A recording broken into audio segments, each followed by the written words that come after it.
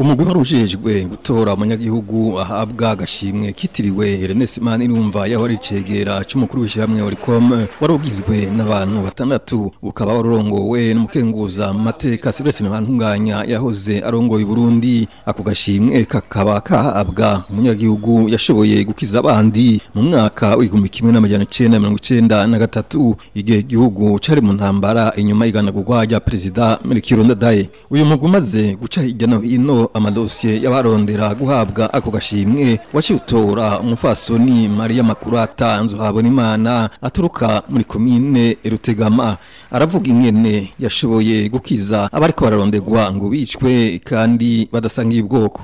Hari mu 1993 mu kwezi kw'icumi n'itariki 21 niho twumva ko bagandaguye Melchior Ndadaye.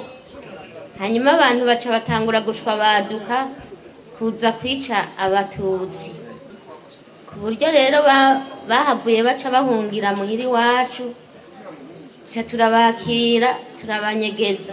Hari ku munsi wa kane twabashikirije abasirikare ari ku munsi wa mbere.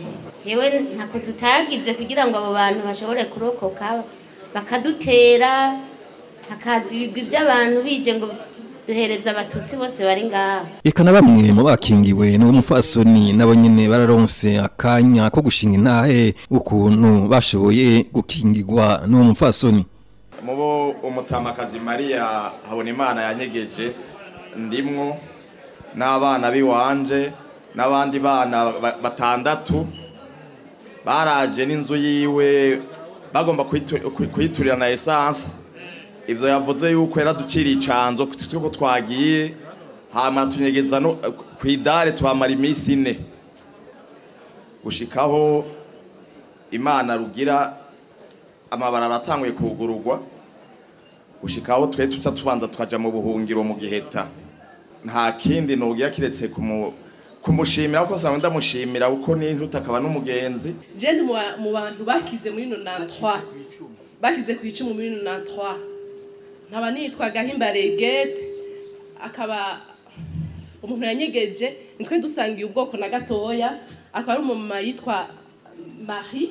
Mubagiye barafata amajambo barashimiye cyane uyu mufasoni kuri ako gatima yagize ko gukwiza abo dasangiye ubwoko bagasaba n'abandi barundi kwamana ako gatima k'urukundo no kugira neza.